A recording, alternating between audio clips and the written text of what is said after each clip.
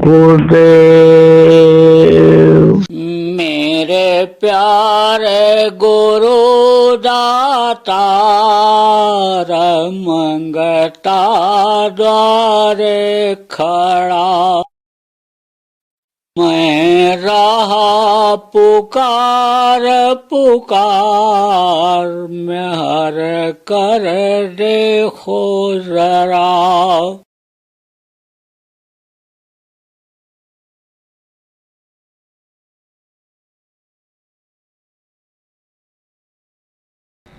तो आप ये समझो प्रेमियों कि जब गुरु का दर्शन अंतर में नानक साहब ने किया, अरे तो उछल पड़े, वह गुरु वह गुरु वह गुरु वह गुरु। जैसे छोटा बच्चा जब कोई अच्छा काम करता है तो खुश होकर के, और आप वारे भैया वारे भैया वारे बेटा करते हो, खड़ा हो जाता है बच्चा। बैठने वाला जो पहले खड़ा नहीं हो पाता था, जिस दिन खड़ा होता है वाह बेटा वाह भैया, ऐसे ही वाह गुरु वह गुरु वह गुरु वह गुरु बोल पड़े, बस उसी में ताकत आ गई। कहते हैं ना, नाम रहा संतन आधीना, और संत बिना कोई नाम न छीना। मगर संतों के नाम की पहचान हो ही नहीं सकती है, और नाम संतों के अधीन होता है। ये जो वर्णात्मक नाम होता है ये उनके अधीन होता है। वो जिस नाम में ताकत भर देते हैं वही नाम काम करने लग जाता है। जब वो चले जाते हैं और उनकी मौज होती है कि यह नाम अभी रहे तब तो रहता है, नहीं तो दूसरा कोई आता है तो दूसरा नाम जगाता है। लेकिन यह अक्सर देखा गया है कि यह नाम जो जगाए हुए नाम हैं ये कई पुश्तों तक चलता है। तो वाहे गुरु नाम बहुत दिन तक चला, 10 गुरुओं ने चलाया इसको, और अब भी वाहे गुरु के नाम पर समझो कि जगह जगह पर लोगों ने गुरुद्वारा बना लिया, समाधि बना लिया। हालांकि वहाँ संत मत के साधना लोग नहीं करते हैं, वहाँ पर तो बस यही काल की पूजा में ही लगे हुए हैं। संत मत को समझ नहीं पा रहे हैं। समझ लो कि जो उन्होंने कहा नानक साहब ने कि मांस खाने वाले को राक्षस की संज्ञा उन्होंने दे दी, और देखो मांस को शराब को अन्य समझ लो कि अब लोगों ने फैशन बना लिया। तो अब आप ये समझो कि 10 गुरु जब तक रहे, ये गुरु गोविंद सिंह जी तक ये चला, उसके बाद में कुछ समय तक अन्य समझो 2 पोस्ट तक और नहीं जगाया उन्होंने। जैसे ही आपके रतन राव जी महाराज थे, श्याम राव जी महाराज थे, इन लोगों ने भी अलग ही नाम से काम किया। ज़्यादा काम भी इन लोगों ने नहीं किया, ज़रूरत भी इनको नहीं थी। जब ज़रूरत पड़ती है तब नाम को व्यापक बनाया जाता है, जगाया जाता है। तो राधा स्वामी जगाया किसने? आपके शिवदयाल जी महाराज ने, और गुरु महाराज ने हमारे जय गुरुदेव नाम माँ बहुत को सिखाती है, पिता सिखाते हैं, पड़ोसी सिखाते हैं, ABCD पढ़ाने वाले मास्टर, काका गागा पढ़ाने वाले मास्टर विद्या का ज्ञान कराते हैं। तो वो भी सब ये गुरु ही कहलाते हैं। यानी समझो प्रथम गुरु पिता और माता जो हैं रक्त बीज के दाता, दूसर गुरु भई वो दाई गर्भवास की मैल छुड़ाई, तीसर गुरु ने नाम उचारा गांव देश के लोग पुकारा, चौथा गुरु ने शिक्षा दीना तब संसारी वस्तु चीना, पांचवां गुरु ने दीक्षा दीना राम कृष्ण का सुमिरन कीना, छठवां गुरु ने सब भ्रम तोड़ा ओंकार से नाता जोड़ा, और 7वां गुरु शत शब्द लखावा, और जहाँ का जीव तहाँ पहुँचावा। शब्द भेदी गुरु जब मिलते हैं तभी इस जीवात्मा को मुक्ति और मोक्ष मिल पाता है, नहीं तो ये फंस जाती है, नरकों में चली जाती है। कीड़ा मकोड़ा सांप गोजर बिच्छू के शरीर में बंद की जाती है। गाय और बैल के यौन के बाद फिर 9 महीने माँ के पेट में उल्टे लटकने के बाद तब ये मनुष्य शरीर मिलता है। कोटि जन्म जब भटका खाया, और तब यह नर्तन दुर्लभ करोड़ों जन्मों तक भटकना पड़ता है, तब यह मनुष्य शरीर यानी ये मिलता है। तो प्रेमियों आप ये समझो कि ये है यानी जो जय गुरुदेव नाम है, ये गुरु महाराज ने जगाया, और जय पहले लगाया क्योंकि गुरु हमेशा रहते हैं, और देव माने देने वाला। जो सच्चा गुरु समर्थ गुरु होता है लेता नहीं है, और लेता भी है तो ऐसी चीज़ों को लेता है जो कोई लेना चीज़ सोचते हो, मन से कोई चीज़ यानी सोच करके शरीर से कराते हो तो मन भी परेशान हो जाता है, मानसिक शांति नहीं मिलती है। धन से जब आप कोई गलत काम कराते हो, गलत यानी की तरफ धन आपका चला जाता है तो धन की भी कमी हो जाती है, तो परेशानियां ये हो जाती हैं। अब किसी को किसी भी तरह की परेशानी है तो आप जय गुरुदेव नाम की ध्वनि बोल करके देखो, सुबह शाम 1 घंटा जय गुरुदेव नाम की ध्वनि आप बोलो और परिवार वालों को बुलवाओ, क्योंकि जो लोग आप नामदान लेने के लिए आए हो, कोई ज़रूरी नहीं है आपके परिवार के सब लोग नामदानी हों। तो अब तो आप ध्यान भजन जब करोगे तो आपके अंदर ताकत आएगी, शक्ति आएगी, आपको यानी समझो फायदा दिखेगा। लेकिन उनको कैसे फायदा दिखेगा? परिवार वालों को उनकी तकलीफें कैसे दूर होंगी? लेकिन जय गुरुदेव नाम को जब बोलना शुरू कर देंगे तो उनकी भी तकलीफ़ों में कमी आ जाएगी। नाम ध्वनि मैंने बताया लोगों को और बोलने लग गए, इसी में मिल जाएंगे आपको, खोजोगे कि जब से नाम ध्वनि बोलना शुरू किया तब से यानी समझो कि तबीयत ठीक रहने लग गई, बीमारियां घर से निकलने लग गईं, रुपया पैसा भी दिखाई पड़ता है। नहीं कमाता बहुत था लेकिन पता नहीं चलता था कहाँ चला गया, हाय हत्या लगी रहती थी, लेकिन उसमें भी आराम हो गया, उसमें भी फायदा दिखाई पड़ रहा है। तो देखो बच्चों और बच्चों, जय गुरुदेव नाम की ध्वनि आप लोग बोलो और बुलवाओ लोगों को, रिश्तेदार हों, मिलने जुलने वाले हों, कोई भी हों, जय गुरुदेव नाम की ध्वनि बुलवाओ। खुद जब बोलने लगोगे, जब खुद को प्रैक्टिस हो जाएगी, खुद को जब भय आप खोल लोगे अपना, तब कहने में संकोच नहीं करोगे। यहाँ तो मैं बुलवाऊंगा तो सब बोलोगे, लेकिन रास्ते में जाओगे तो जय गुरुदेव नाम की ध्वनि मुँह से नहीं निकलेगी। लेकिन जब जय गुरुदेव नाम बोलने की, ध्वनि बोलने की आदत बन जाएगी तो कहा कोटि कोटि मुंजतन कराही, अंत नाम मुख आवत नहीं। आखिरी वक्त पर देखो बड़ी तकलीफ होती है, किसी किसी को मरते समय बड़ी तकलीफ होती है। कर्मों के अनुसार यमराज के दूत आते हैं इस शरीर को खाली कराने के लिए, तो बड़ी तकलीफ होती है।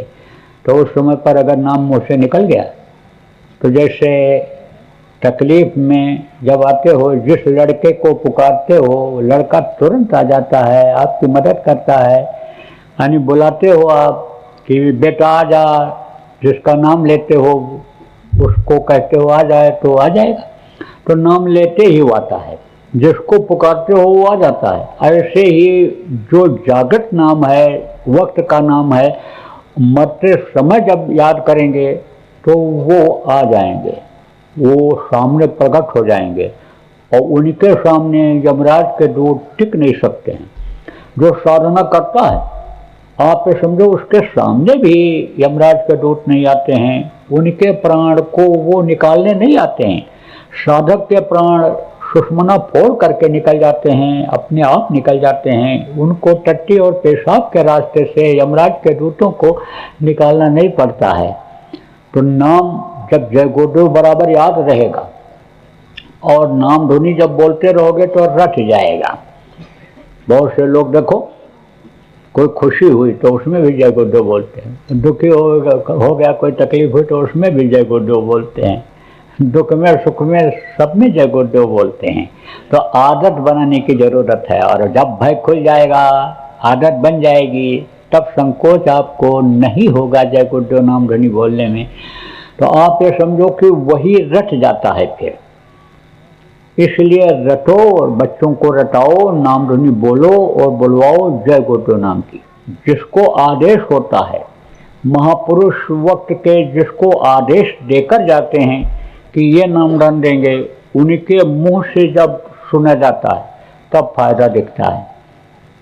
पीपल, पाकड़ और रसाल, ये 3 पेड़ होते हैं। तो इनका बीज या फल अगर जमीन में गिर जाए तो जमता नहीं, पक्षी उसको खाता है फल को, और फिर मुंह से उसके जो बीज निकलता है, गिरता है नीचे, वो अंकुरित होता है, वो जमता है। तो जिसको आदेश होता है उसके मुंह से सुनना जरूरी होता है। इसीलिए ये चीज़ नामदान हानि ऑनलाइन या टेलीफोन से नहीं दिया जाता है, आमने सामने बैठ करके हानि समझो तब यह दिया जाता है। क्योंकि इस क्रिया को आप नहीं समझोगे, इसमें कर्मों की धुलाई होती है। सन्मुख हो जीव मुझ वहीं, जन्म कोट यज्ञ से तब वहीं, समझो सन्मुख जब होता है तब अनि समझो कि कर्म उसके धुलते हैं, कटते हैं उसके, समझे आप, तो बड़ा कष्ट भी होता है, बड़ी तकलीफ होती है नामदान देने में। लेकिन जब समर्थ गुरु हाथ रखे रहते हैं, गुरु महाराज जैसे जिन्होंने आदेश दिया मुझे नामदान देने के लिए, उनका सिर पर जब हाथ रहता है तब तकलीफ भी आती है तो झेल लिया जाता है। एक तकलीफ ऐसी आती है कि जो बर्दाश्त से बाहर हो जाती है, एक तकलीफ ऐसी आती है कि जो बर्दाश्त हो जाती है, तो जब दया होती है तो भी बर्दाश्त हो पाता है, नहीं तो बड़ा मुश्किल है। लेकिन प्रेमियों, आपको थोड़ा परहेज करना पड़ेगा। दवा बहुत बढ़िया हो, डॉक्टर भी बहुत बढ़िया हो, परहेज नहीं करोगे तो मर्ज नहीं जाएगा। ऐसे ही समझ लो कि आपको इस मानव मंदिर को साफ सुथरा रखना पड़ेगा। इसके अंदर अगर गंदी चीज डालोगे तो इससे कोई भी पूजा उपासना साधना करोगे तो कबूल नहीं होगा। मंदिर ही जब गंदा हो जाता है तब पूजा उपासना कबूल नहीं होती है। देखो रोग क्यों बढ़ रहा है, मांसाहार की वजह से बढ़ रहा है, खून बेमेल हो जा रहा है। और जो शाकाहारी खून पैदा होते समय था, उनमें वो जो मांस खाते हैं उसका खून बनता है, वो तालमेल नहीं खाता है, मिलता नहीं है।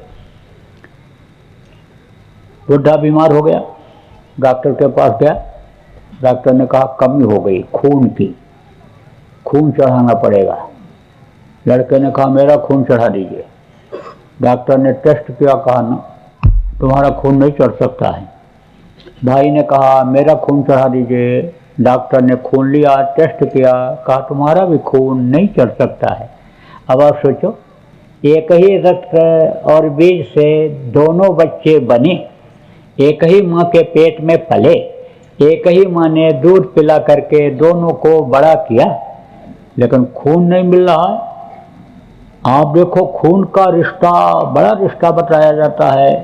आप ये समझो, जब शादी ब्याह के लिए लोग जाते थे तो ऐसे हाथ मिलाया, चट मंगनी पट ब्याह तो होता नहीं था। उस समय रिश्तेदारी देखते थे, खून को देखते थे, खून का रिश्ता बताते हैं। तो खून बेमेल हो जाता, तालमेल नहीं खाता है। क्यों नहीं तालमेल खाया दोनों भाइयों का? एक तो शाकाहारी और दूसरा हो गया मांसाहारी, तो खून में मिलावट हो गई। तो तालमेल जब नहीं खाता है तब बीमारियां हो जाती हैं। मनुष्य का भोजन क्या है? ये जड़ वस्तु, धान गेहूं चना ज्वार बाजरा, ये जड़ वस्तु है। मांस किसका भोजन है? जिसके दांत बड़े होते हैं, आंखें जिनकी गोल होती हैं, जो चाट कर पानी पीते हैं, जैसे कुत्ता शेर बिल्ली, इनके लिए ये मांस खाने के लिए बनाया गया है, आदमी के लिए नहीं बनाया गया है। घोड़ा बैल गाय के सामने मांस डाल दो तो सूंघ करके छोड़ देते हैं, नहीं खाते हैं। एक आदमी ही कुछ नहीं सूंघता है, सब खाता दबाता चला जाता है। ये नहीं देखता है कि किस चीज का मांस है, क्योंकि मांस में तो कोई स्वाद मिलता ही नहीं है। मांस जिस चीज में पकाया जाता है, घी में, तेल में, और जो मिर्च मसाला उसमें डाला जाता है, स्वाद उसका मिलता है लोगों को। तो आपको समझने की जरूरत है कि मांस मनुष्य का भोजन नहीं है। देखो आप रोटी को, आप चावल को पानी में डाल दो, थोड़ी देर के बाद घुल जाएगा। यही यानी जो अंदर अग्नि है वो उसको जल्दी घुला देती है। ऐसे ही आप देखो कि मांस के टुकड़े को डाल दो पानी में, बहुत देर तक पड़ा रहेगा, जल्दी घोलेगा नहीं। मनुष्य का भोजन ही नहीं है, इसलिए मांस मत खाना आप लोग। मछली क्या है? तालाब की सफाई के लिए बनाई गई। कोई भी गंदी चीज़ आप तालाब में डाल दो, मछली खा जाती है। लोग कुआं बनवाते पानी के पीने के लिए, तो मछली अगर उसमें न रहे तो गंदगी फैल जाएगी, कीड़े पैदा हो जाएंगे, तो मछली उसमें डाल देते हैं। मछली इनको साफ को साफ करती रहती है, शुद्ध पानी रहता है। लोग मछलियों को जब देखते हैं कुएं में तब कहते हैं ये शुद्ध पानी है। तो उनका काम सफाई करना है। कोई मुर्दा बह के आ जाए, कोई भैंसा बकरा बह करके नदी में आ जाए, खखाल के थूक दो, लेटरिन करने के बाद धोने के लिए जाओ, टुकड़े गिरेंगे, सब मछली खाएगी। तो किसका भोजन है मछली? कुछ लोग तर्क करते हैं कि इनको जानवरों को कौन खाएगा, मछली इतनी हो जाएंगी तो कौन खाएगा। अरे मर जाती हैं तो गीध और कौवा खाते हैं, तैरने लगती हैं। आहार के लिए बनाया है। नहीं तो मछली ही अगर बहुत हो जाएं, ऊपर सड़ने लग जाएं तो भी पानी गंदा हो जाएगा। इसलिए उनकी दृष्टि उसी पर रहती है, किस पर? अपने भोजन पर।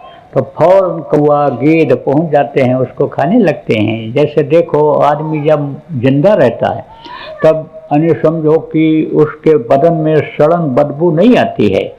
बदबू भी आती है तो पसीने की बदबू आती है। पसीने की भी बदबू कई तरह की होती है। जो शाकाहारी होते हैं उनके पसीने की बदबू दूसरे तरह की होती है। मांसाहारी जो होते हैं उनके पसीने की बदबू जो है जानवरों के शरीर से जो बदबू आती है उस तरह की बदबू उनकी होती है। तो मरने के बाद जब सड़न पैदा होती है तो हवा के जरिए दूर गिद्ध कौवा ये जो मांसाहारी पक्षी हैं उनके नाक तक वो पहुंच जाती है और फिर उसी हवा के जरिए वो सीधे पहुंच करके आकर के और शरीर को खाने लग जाते हैं। तो ये जो मछली है ये गिद्ध और कौवा का भोजन है, आदमी का भोजन नहीं है। आपको ही समझा दिया जल तरोई है, जल तरोई है, जल तरोई है, तो जल तरोई वो नहीं है, उसके अंदर जान है। जिसके भी अंदर जान होती है, जीवात्मा होती है, वो समझो मनुष्य का भोजन नहीं होता है। और जड़ जो होता है वो खाने के योग्य होता है। चेतन किसको कहते हैं? जो एक जगह से दूसरी जगह आवे जाए, तो वे जो पशु हैं, पक्षी हैं, ये चेतन हैं, आ जा सकते हैं। तो चेतन मनुष्य है तो मनुष्य का भोजन ये नहीं है। इसलिए मांस मत खाना, मछली मत खाना। अंडा क्या है? ये माताएं मासिक धर्म होती हैं, खराब खून इकट्ठा हो जाता है तो बच्चा बन जाता है। मुर्गियों का खराब खून, उनके टट्टी पेशाब का खराब हिस्सा जब इकट्ठा हो जाता है तो ही अंडा बन जाता है। तो अंडा गंदी चीज है, अंडा मत खाना। कितना भी डॉक्टर कहता रहे अंडा खाओ ताकत आ जाएगी, ताकत आ जाएगी, ताकत आती नहीं है, ताकत खत्म हो जाती है। देखने में तो मोटा शरीर रहेगा लेकिन अंदर खोखला हो जाता है। ताकत कहते नहीं लगती है, सोचने समझने की शक्ति खत्म हो जाती है। बहुत नुकसान वाली चीज़ है ये। इस समय बच्चे को आप मूंगफली खिलाओ, सोयाबीन खिलाओ, इस समय पर आप चना रात को भिगो दो, सुबह खिलाओ, 1 गिलास दूध पिलाओ, लाल हो जाएगा चेहरा। आप ये समझो कि जिस खून को बढ़ाने के लिए अंडा खिलाते हो, आप अनार खिला दो, एकदम लाल हो जाएगा चेहरा। ये जो प्रकृति ने बनाई है मनुष्य के लिए उसको खाओ, उसको खिलाओ। शाकाहारी जिसको कहा गया, साग सब्जी समझो उसको खाओ। दूध मलाई ये जो मनुष्य के लिए, फल फूल जो मनुष्य के लिए बनाया गया उसको आप खाओ, खूब खाओ, हजम कर सको। 2 किलो 4 किलो खा लो, पूरी छूट है आपके लिए। लेकिन मांस, मछली, अंडा, शराब का सेवन मत करना। ऐसे नशे का सेवन मत करना कि बुद्धि खत्म हो जाए, पागल जैसे हो जाओ। शराबी को कुछ होश रहता है? ओ पिए हुए पड़ा था और बादशाह अकबर की सवारी आ रही थी। वो बामुलाहजा होशियार बादशाह सलामत पधार रहे हैं, आवाज़ लगती थी जिधर वो जाते थे।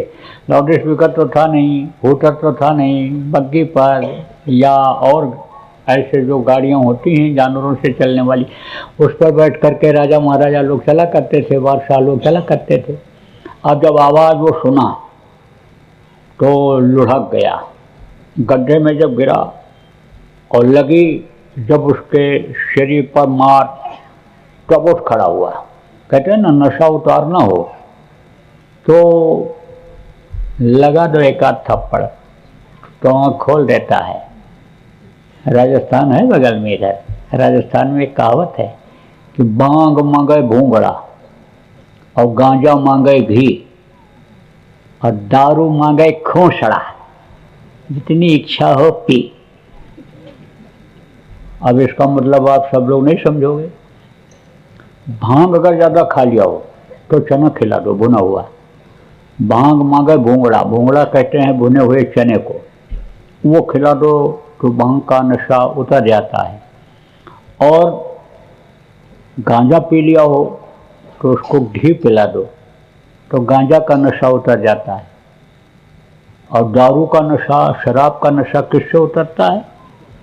जूता उतारो पैर में से, जड़ दो। कहते हैं खोसड़ा चाहता है। खोसड़ा किसको कहते हैं? सूखा जूता। तेल डाल करके चमड़े का जूता वहाँ लोग पहनते थे। क्यों? क्योंकि गर्मी में चलना रहता था, बालू गर्म हो जाता था। जब तेल पड़ा रहता है तब तेल का तासीर ठंडा होता है और वो दिमाग पर तलवे से जाता है। तलवे में पॉइंट होते हैं, हाथ में पॉइंट होते हैं जो दबते रहते हैं। आप ये समझो तो एक को प्रेशर होता रहता है।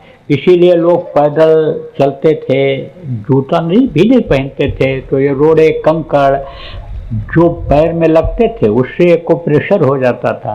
पैसा देकर एक को प्रेशर नहीं कराना पड़ता था, कुदरत ही एक को प्रेशर कर देती थी। देखो जब जुकाम होता है, नाक से पानी निकलता है तो कहते हैं सरसों का तेल ऐसे तलवे में मल दो तो जुकाम में कमी आ जाएगी। तो तलवे से यानी गर्मी ठंडी का असर ऊपर होता है। आप ये समझो, नाक से, गले से गर्मी ठंडी, कान से, तलवे से, हाथ से, यानी ये अंदर प्रवेश करती है। तो कहते कि तेल डाला हुआ भी जूता नहीं, सूखा जूता लगाओ तो नशा शराब का उतर जाए। तो जब गिरा और लगी मार, लगी चोट, तब उठा। लेकिन अभी वो तो पूरा होश में था नहीं। देखा बादशाह की सवारी आ रही। तो बादशाह किस पर बैठे जा रहे थे? हाथी पर। तो कहा कि अरे रोक रोक रोक, हाथी रोक। हाथी बेचेगा? बेचेगा हाथी? और सिपाहियों ने कहा कहीं ऐसा ना हो कि कहाँ कि कत्ल कर दो इसका, तो इसकी जान चली जाएगी। यानी आप ये समझो, भक्षक भी कभी रक्षक बन जाते हैं। जिनका काम सजा देना होता है, सजा देने के लिए ही ये नौकरी करते हैं। कैसे सजा? जैसे चोर ने चोरी किया तो चोर को डांटेंगे नहीं, फटकारेंगे नहीं, अगर लगाएंगे नहीं एक आध थप्पड़ और हाथ जोड़ करके कहेंगे चोर महाराज बता दो तुमने कहाँ कितनी चोरी किया, तो बताएगा? तो सजा देने के लिए ही वो होते हैं। लेकिन जब जान पर आफत आती है किसी के तो जान पूरी बचाने की कोशिश करते हैं। क्योंकि आप ये समझो, ये कहा गया है कि नहीं असत्य सम पातक पुंजा, सांच बराबर तप नहीं कि झूठ बराबर पाप। झूठ बोलना पाप होता है, बड़ा पाप होता है। लेकिन किसी की जान जा रही हो और उस समय झूठ भी बोलना पड़े तो वो पाप क्षमा योग्य होता है, वो क्षमा हो जाता है। जान बचाना बहुत बड़ा पुण्य का काम होता है और मानव का जान बचाना तो समझ लो कि बहुत ज़्यादा पुण्य का काम होता है। क्योंकि अभी एक बार जीवात्मा के उद्धार कल्याण के लिए ये मनुष्य शरीर मिला है, दोबारा फिर जल्दी मिलने वाला नहीं है। तो समझ लो कि घाट पर बैठ गया है, अब केवल उतरने वाला है, पार होने वाला है और इसका कर दिया नाश। तो मनुष्य शरीर का हानि समझो कि हत्या तो बहुत बड़ा पाप। तो सिपाहियों ने कहा कहीं हुक्म न दे दे राजा। राजा बादशाह जो होते थे उनका ही हुक्म चलता था। कहते उनको 22 कत्ल माफ था। तो बोले कि अनि कहीं मार न दे, तो पकड़ करके ले गए। लेकिन मालूम था कि बादशाह बुलाएगा जरूर इनको, तो बंद कर दिया। अब जब सुबह हुआ तो बादशाह बुलाया, पेश किया जाए हाथी खरीदने वाले को। हाँ, फटे कपड़े में, फटी दवाई वाला आदमी, बड़ी बड़ी दाढ़ी, फटीचर जिसको कहते हैं, खड़ा हो गया हाथ जोड़ करके। तो फटीचर खड़ा हो गया हाथ जोड़ करके। बादशाह ने कहा तू मेरी हाथी खरीदेगा? कहाँ का तू बादशाह है, कहाँ का शेठ साहूकार है जो मेरी हाथी खरीदेगा? मालूम है हाथी की मेरे क्या कीमत है?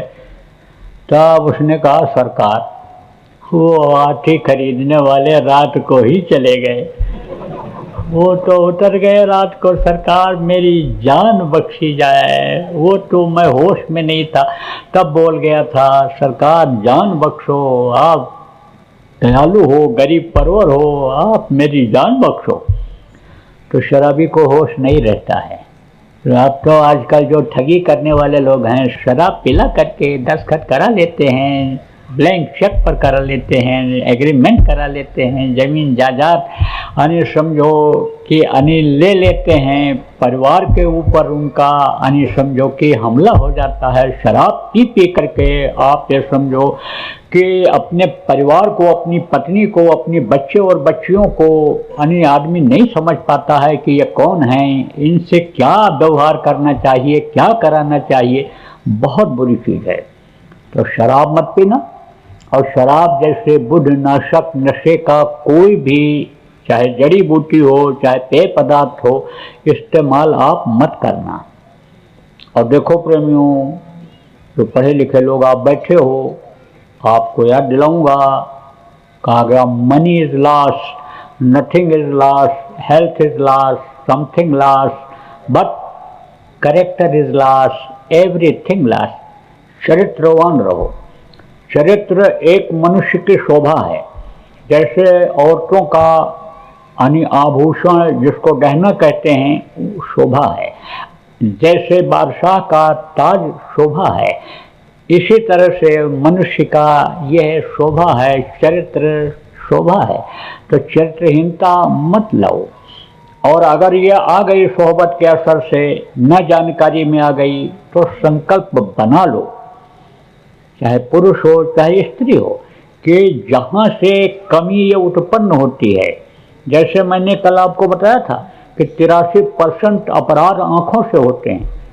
तो आँखों में देखो क्यों, आँखों से ही यानी समझो कि अच्छाई झलकती है, आँखों से ही अच्छाई मिलती है, आँखों से ही बुराई होती है। देखो ही नहीं, अपने काम से काम क्यों इधर उधर आप लोग भटकाव में जाते हो।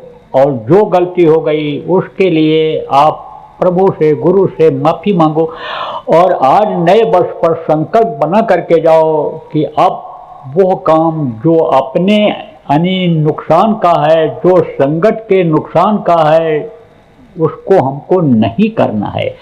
हमको अपना परमार्थी भाव बनाना है। आज ये समझो कि हम अपने तन को, मन को, धन को गुरु को समर्पित कर रहे हैं। तो गुरु तो तन भी सबका नहीं मांगते हैं। कितने लोगों के तन से सेवा कराएंगे, काम कराएंगे, तो सबका तन भी नहीं मांगते हैं, तन भी नहीं चाहते हैं। जो समर्थ गुरु होते हैं, जो इच्छा की नहीं मनमाही, वो हर प्रताप का दुर्लभ नहीं, उनके लिए किसी भी चीज़ की कमी नहीं रहती है। और जो है वो धन भी नहीं चाहते हैं। संत न भूखा तेरे धन का, उनके तो धन है नाम रतन का। लेकिन जो प्रेमी भाव में, भक्ति में, जो प्रेमी परमार्थ के भाव से दे देते हैं, पर तेरे धन से कुछ काम करावें, भूखे दुखे को खिलवावें, तो वो अपना नहीं समझते हैं। आप ये समझो, वो ये समझते हैं कि तेरा तुझको अर्पण, यानी इन्होंने दिया है तो इसका फल इनको दिला दिया जाए। तो वो लेना देना कर्जा उसमें अदा करा देते हैं, परमार्थ करा करके अदा करा देते हैं। तो समझो कि धन यानी समझो धन के भी भूखे नहीं होते हैं। लेकिन कहते हैं कि प्रेम बनाओ। तो प्रेम एक ही से एक बार में बनता है। जैसे आपका प्रेम पुत्र में है, परिवार में है, धन में है, और उसी समय कहो कि हम गुरु से भी प्रेम कर लें, गुरु को भी याद कर लें, तो जिसको याद करोगे, जिसको देखोगे, प्रेम तो उसका उस समय पर उससे रहेगा। इसलिए आप ये समझो, कहते हैं कि प्रेम के भूखे होते हैं।